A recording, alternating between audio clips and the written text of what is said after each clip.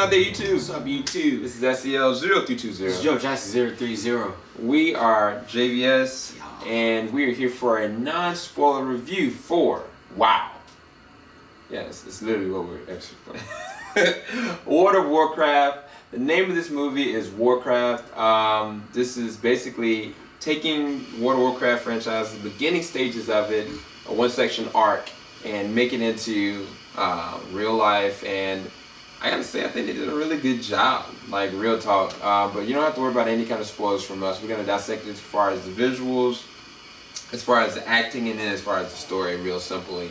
I don't know, me and Joe, we were in the car, we were sitting there thinking, like, compared to the other comic book movies, and then compared to like the video game movie transfer, like video game movies have not transferred very well, all honesty. I think that Mortal Kombat was really good, and Joe made up a good point of Lara Croft, Tomb Raider, but besides that, everything's kind of fell flat. And I think that I can acknowledge, honestly, this is probably one of the better video game movies that I think I've seen, to be quite honest with you. From a visual standpoint, when I first saw the opening cinematics, and just even the tone, it didn't have this campish kind of feel. Like, it took itself seriously for what it was. There was never a moment that I was like, they just being corny to be corny.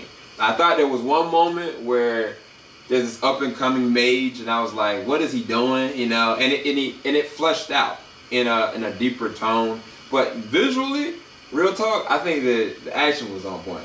I love the visual effects for this. But what was your take on the visuals and just the tone of this movie? Oh man, I really liked how they did the visuals in the movie. Cause I mean, from the trailer, you watch the trailer and it's like some of the CG is like, I thought it was kind of like overdone. Mm-hmm. But the way the movie is, I feel like they purposely do that.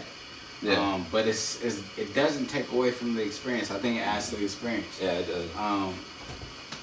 I mean, oh, dude, even the costume design of this was just nuts. Yeah. I was like, I mean, when you get like a look of some of the armor that some of the guys are wearing, this looks amazing. Not only that, but like each of the orcs, all of them look different. Yeah, that's true. Like I was just sitting there just looking at each one. I was like, oh crap, look at that guy, look at that guy. Oh, it's got like tusks coming out. Yeah. They all look different, and like the character design, the costume design was just amazing. Yeah. And what's interesting is that even the look of the orcs, like there's a reasoning behind it. There's a defining reasoning behind that by the antagonist and his influence on them. You know what I'm saying? Like I thought that was such a subtle nudge.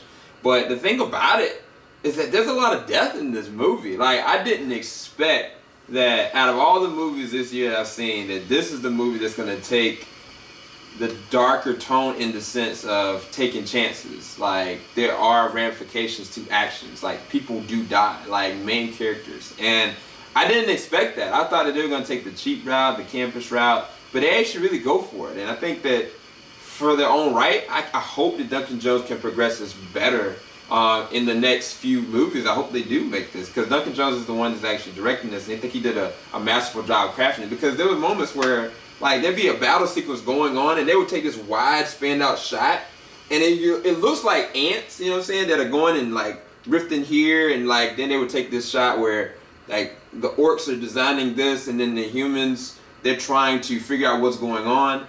And whenever I used to play the game, I remember those kind of shots. Like, you go to one section, you go to another section of the map, and it can be all these different things happening at once. And I think that they fleshed it out well from a visual standpoint. But the acting, though. So, I don't know if we're going to be on the same page with the acting. I didn't have any real problems with the acting. I thought it was actually pretty decent. Specifically from Travis Fimmel, who's normally with the Vikings. He plays the role of Lothar. I actually liked his role because he played the role of a character that I would actually play in the game. Because a conventional person like, you know, Aragorn from Lord of the Rings, like, he's got this over the top kind of like swag about him. Lothar, he's got dirt. I mean, he's not like the conventional hero. You know what I'm saying? Like, he's grounded, but he's very highly skilled. But then there are moments where Fimmel plays the role very well from an emotional standpoint, where it could have come off really, I guess, campish. You got Ben Foster in this one. He plays the main guardian. You got Dominic Cooper, who plays the actual king. I was surprised by that. Matter of fact, it was actually two characters that were normally from the new series Preacher, because Ruth Nega, she actually plays his wife. I thought it was really interesting chemistry between them two in the small amount of scenes that we're in.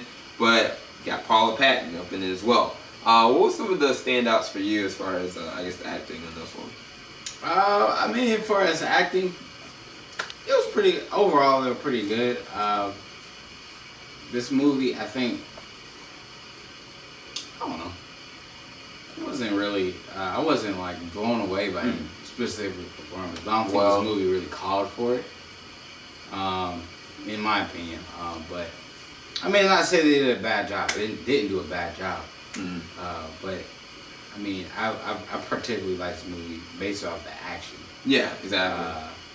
Yeah, I think that's what made this movie. Yeah, because I think the thing is, if they would have leaned more towards the emotional side, you know what I'm saying, like it would have taken away from the sense of what's going on in the moment. Because if one person stood out a little bit more, I don't think it would have fleshed out as well. But to me, the CG character of Duratan that was played by Toby Kebbell, the dude that played the antagonist in the Planet of the Apes movie, the last one, he played Koba. He does a great job of having a character that a lot of movies fail, that I actually really genuinely cared about. I cared about his family. I cared about his wife, his son.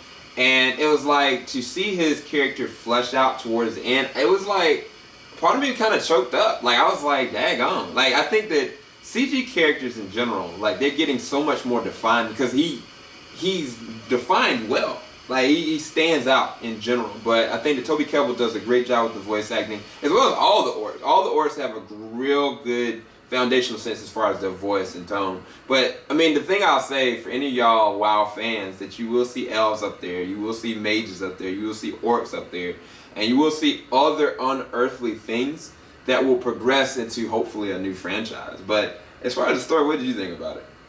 Oh, I think it was an original story.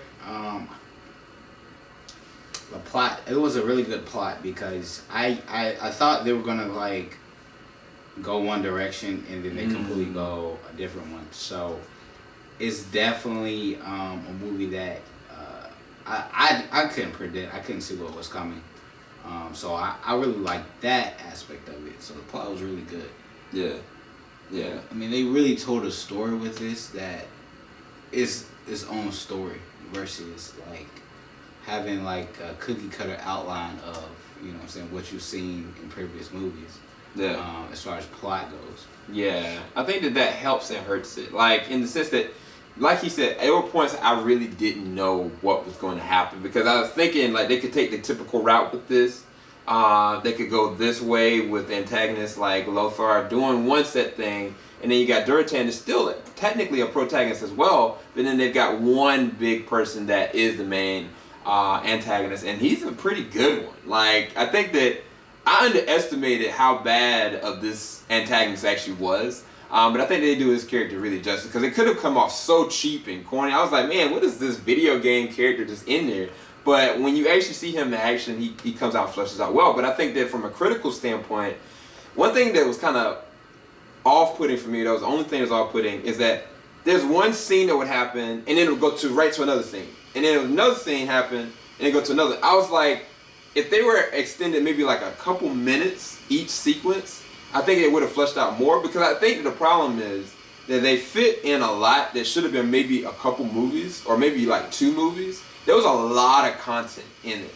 And it rounded out well towards the third act, but I found myself in the beginning of the movie was like, why are you going here, going here, going here, going here? And I was like, dude, slow down. Like, I'm enjoying this moment. Like, slow down just a little bit, because whenever there'd be one cool moment, it'll skip to that one. I think that could be progressed as a pacing issue, but I think more so than anything, when you got a game that's fleshed out so long and such a huge franchise, and you're trying to build it, you know what I'm saying? Like, I think you have to go and pick your losses, unfortunately. So maybe that's why it had the cutting block. I think that there's probably going to be a more extended cut of this movie. I feel like there's a lot more there in between the cracks, But definitely the second and third act, they kind of flesh out a little bit easier as far as the pacing is concerned. But all around, I thought the story was really well done for what they did. Ben Foster, I think him as the head mage guardian, he really surprised me. A lot of people are going to say like the king didn't need to be there and him, but I think that they fleshed the progression of the story out well, because Paula Patton and Phil's character, they have a really interesting dynamic that is going to progress this franchise, I think, just from the actions going on towards the third act. And I don't know, it's going to be interesting to see where things go more than anything for me. So I give the movie 7.5 out of 10. I enjoyed it. I didn't have any real issues with it. I don't know why there's a lot of people that have problems with the movie, but what would you give it as far as rating for it? I would give it an 8. I would give it an 8. I think one's because I kind of went in the movie with low expectations, that I was just like, yo, this is actually pretty good. Yeah. Not only that, but the action by itself, if I'm looking at this just being an action movie, like, I was really impressed. I was like, yo, this is pretty ill. Yeah. So I give it an 8. Yeah, I was gonna go with an 8. I don't know, I'm torn. I put it somewhere in the middle. I'll give it 7.7. Is that the right middle? Anyway, I enjoyed the film. I'd highly recommend you go and check it out. But for any of y'all that are sensitive to like a lot of magicianry and witchcraft and stuff like that, from a spiritual perspective, for me, I was kind of uncomfortable in certain senses from the end act. Because I mean, one thing, you go into a movie, you like, you know, you got demonic stuff that's going on, or you like got possessional stuff. But when it comes to a lot of magic, for me, when it comes on the heavy side, I really tend to kind of like, that's a little off-putting to me. Because especially when it comes to incantations and certain things that are kind of being fed to me, that is not edifying for my spirit personally. But I mean, all over that, either way, it was still a good movie. And for it to be game transferred to movie, this is one of the best games to movies that I think I've seen. Yeah, so hopefully Assassin's Creed will capitalize on that. Got anything else, Joe? No, that's it. Alright, y'all. Hopefully y'all enjoyed our review for WarCraft. Keep it locked. JVS, we ain't gonna stop. Peace, y'all.